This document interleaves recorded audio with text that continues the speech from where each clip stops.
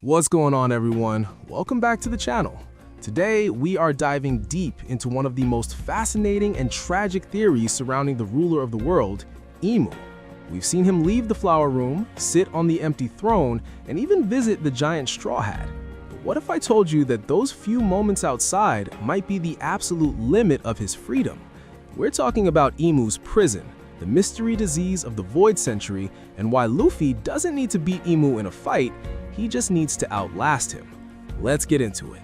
My theory is that not only can Imu not leave the castle, he probably cannot leave the flower room, because a user of the OPOP fruit made a bubble in which Imu could survive his deadly wounds after being critically injured by Joy Boy. He has little time left and needs to return before he bleeds out. It could also be the case that he has the same mystery disease that killed Roger and Whitebeard and that made Buggy sick, involved with the proximity of Devil Fruit users to the One Piece Olaf tale, which is why Shanks emphasized having a fruitless crew.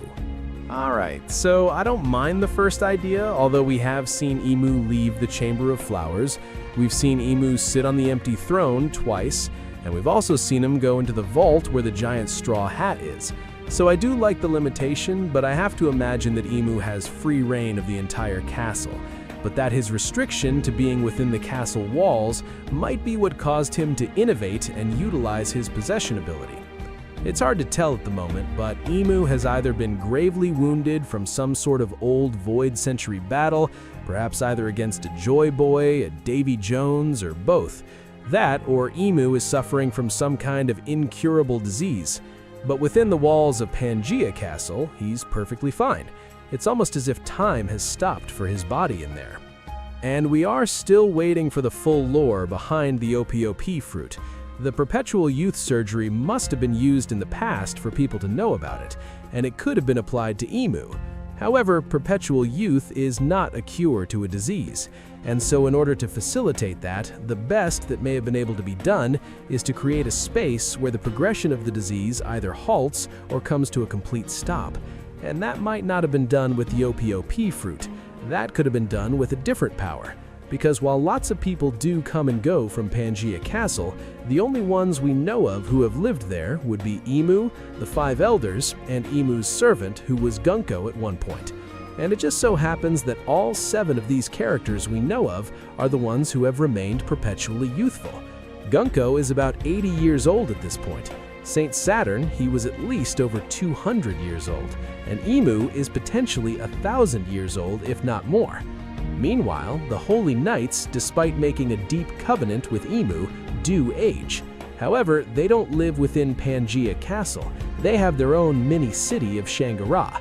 And this could be why not just Imu, but also the 5 Elders are so hesitant to ever leave the Holy Land. Because if there is some sort of power within or around Pangaea Castle that halts aging, then they would need to ration their outdoor time quite strictly, because as soon as they step outside, the clock would start again, and their bodies would resume aging. And that might not be the biggest issue for the Elders, who can afford to take some day excursions here and there, but it could be a massive issue for Imu, who, as far as we know, could be minutes away from his body naturally dying. And in a way, this does play into the sympathetic angle of Imu. In fact, even if all of the reasoning here is wrong, the result is still quite tragic. Because however this came about, Imu is a prisoner within his own kingdom.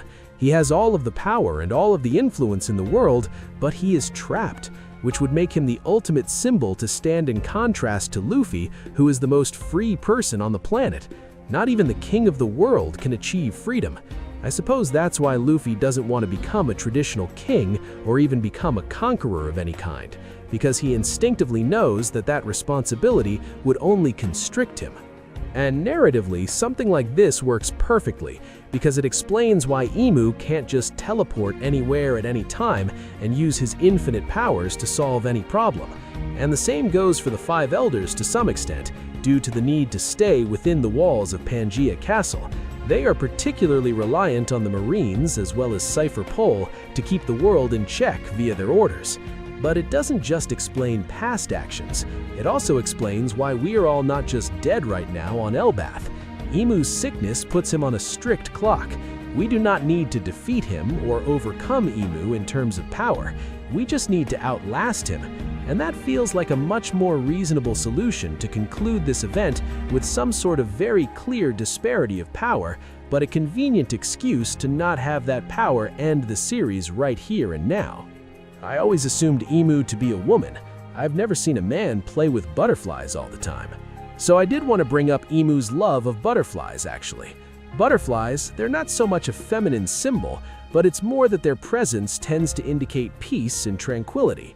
And it's quite a stark contrast for the king of the world, a man responsible for so much horror, so much pain, so much suffering, to be indulging in this peace and tranquility. And at this point, I have very little doubt that Imu sees himself as the good guy in whatever series of events has brought us all to this point today. But all that remains to be seen is whether or not he is an actually tragic figure, because I do think it's going to be very, very difficult to turn Imu into that kind of character with all of the stuff he's done. However, with all of the information we've been given at the moment, that is the direction that I feel like Oda is leaning in. And I probably bring this up far too much, but it's one of the most impactful things that a character has ever said about this world. And it is when Vegapunk said, "I want to make one thing very clear first. Whoever may have rendered their judgment onto me, I'm not trying to convince you that their intent is evil. I will not apply the labels of good and evil at all. In fact, because I understand too little about him to begin with." Which was a great thing to say at the time in that death message, because the entire world now thinks that Luffy killed Vegapunk. And so by having said this, Vegapunk kind of saved the reputation of the Straw Hats there a bit. But I don't think Vegapunk predicted that far ahead. I don't think he was talking about Luffy or Joy Boy. But surely he has to have been talking about Imu. Imu is him, the person who did actually render judgment onto Vegapunk.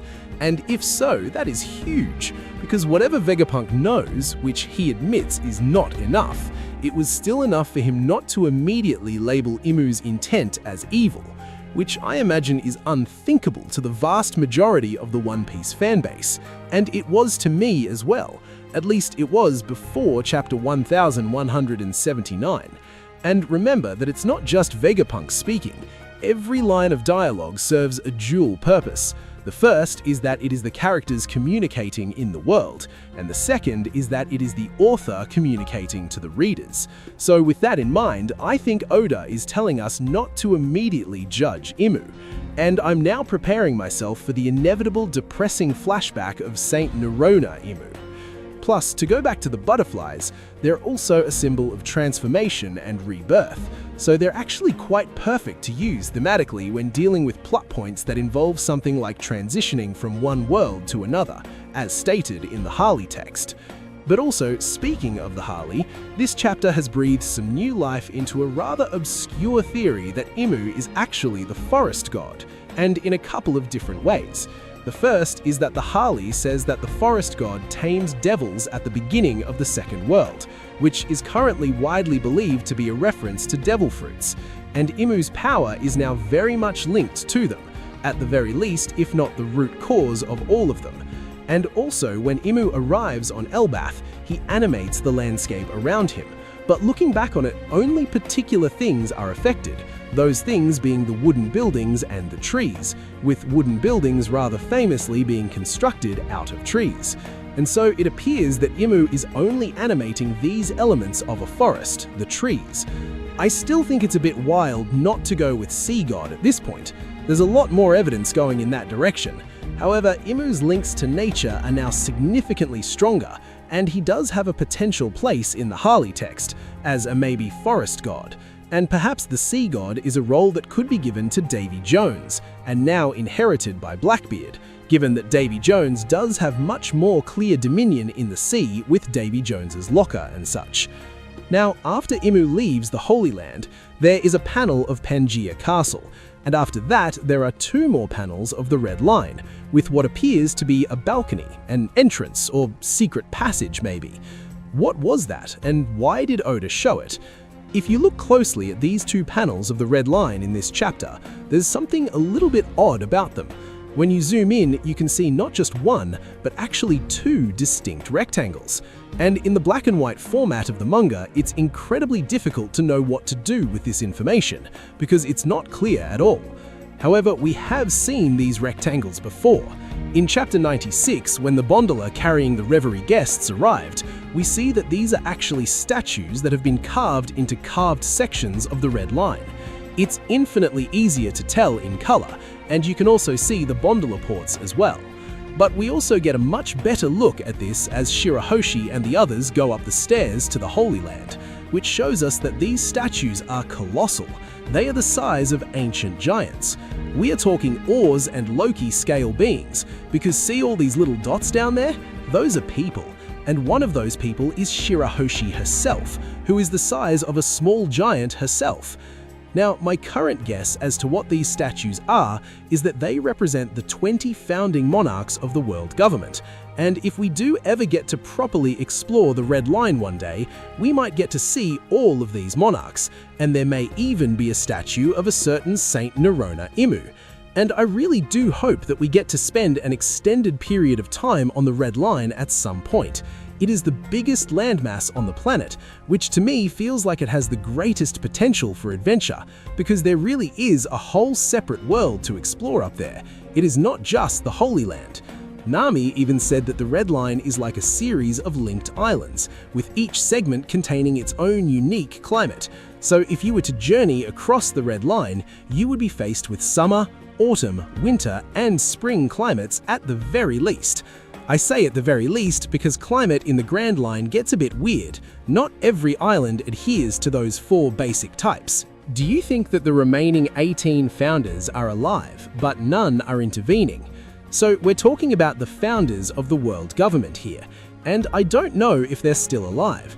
I would be inclined to think not, but I do think we will see most of, if not all of the kings with this title, because Imu's introduction box came with a wonderful new subclass, which is World Government Creator, one of the first 20. And the commenter said 18 because we're not counting the Nefertari clan in that. So it's more like the 19 families who created the world government and moved to the Holy Land.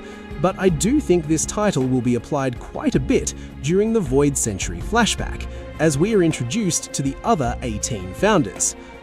3 silhouettes, Rox, Loki, and Imu in one arc. We truly are in the final saga.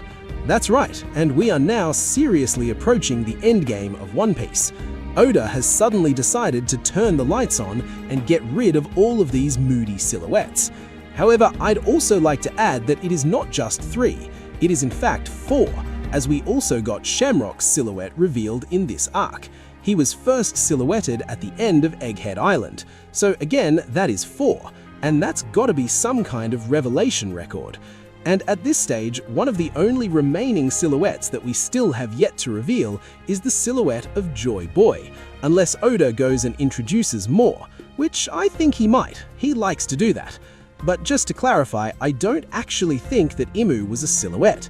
The black blob form was probably exactly what he looked like, and it might be a form that he needs to enter to conserve energy and to not die. When Loki said that Genko is not dead, and Ragnar is the only one who can undo it, it made me think, what if the legendary devil fruit Rox was after on Elbaf was actually not Nidhog, but the war god's Ragnar? So Rox did mention that he needed 2 devil fruits, although he failed to mention exactly what those 2 fruits are. And ever since then, we've all just been making assumptions. In the words of Rox, to sum it all up, there are 2 devil fruits that I want. One of them is most likely found on Elbaf, and its power will only truly be unlocked if Harold eats it. And now, in retrospect, I do think it's even more obvious that Rox was talking about the Nidhogg fruit, since we now know that its power does scale in direct relation to the size of its user. And during the time of Rox and Harold, Harold was the only option, because Loki had yet to become an adult. So that's why Rox believed that it was Harold who needed to eat the fruit to accomplish his goals. However, when it comes to the second fruit that Rox was talking about, it's very popular to assume that it's Blackbeard's Yummy Yummy no Mi, the darkness fruit, because Blackbeard spent 2 decades of his life specifically hunting it down. And you know what? It could be. But it could also be Ragnar, if Ragnar is a devil fruit. I'm not sure that that's a given anymore, given all the talk of the spirit of Ratatoska inhabiting the hammer. But Rox would definitely need Ragnar as well, because that would have been the only way that he could have unfrozen the Galilean giants. So maybe both of the fruits that Rox wanted were on Elbaf, but he only knew about one of them. I love how there are 2 open seats before Garling walks in, and yet Mars still stays standing. Well, canonically, Marcus Mars is not allowed to sit down. In the SBS Volume 109, a reader asked if the reason why Marcus Mars is always standing is because he forgot his homework, and he was being punished by being forced to stand up. And Oda's reply was that he didn't feel like investigating or making the real reason. So sure, that is the canon reason now, and a surprising amount of One Piece works exactly like that. A lot of the time, Oda uses his powers as an author as playfully as Luffy uses Gear 5th. But just look at this. Here is a rendering of how the tall legs of Marcus Mars would cope versus a chair, and they are really not a good fit. So maybe the reason why he stays standing is to preserve the illusion of authority, with the exception of that one time where he was shown sitting down with this sassy teenage Smeargle expression on his face. But he only did that while the other elders were away, so he does sit down in private. The attack on the Holy Land is the celestial dragons rioting because they are starving. Alright, I love this idea particularly because no one has ever said that Mariajoa was under attack, just that it was burning. And this is the Revolutionary Army's strategy to starve the world nobles into a state of discontent, and potentially have them rebel against their own governing body. And so this burning could have been a faction of the basic world nobles rioting. And so one reason why Shamrock was needed might not have to do with his strength at all, but perhaps his symbolism amongst the celestial dragons. Because if Shamrock is anything like Garling was when he was young, then Shamrock is a beloved hero, and his presence could help to calm the riot. Alright, that's the theory. Nerona Imu, the king of the world, the shadow on the throne, and possibly the most tragic prisoner in One Piece history. Trapped in his own castle, dying from an incurable disease, minutes away from death if he ever steps outside, and yet he still believes he's the good guy. Whether Oda can actually make us sympathize with someone who ordered the destruction of the Lucia, that remains to be seen. But if there's one thing we know about this manga, it's that the author loves to make us cry for villains we thought we hated. So here's my question to you. Do you think Imu is a tragic figure waiting for a heartbreaking flashback? Or is he pure evil, butterflies and all? And what about the forest god theory? Are you on board? Or are you still leaning towards Sea God for Blackbeard? Let me know in the comments below. I read everything. If you enjoyed this video, make sure to hit that like button, subscribe if you haven't already, and ring the bell so you don't miss the next deep dive. We are in the final saga, folks. Every chapter matters, every theory counts. Until next time, stay free, and don't let anyone put you in a cage. See you in the next one.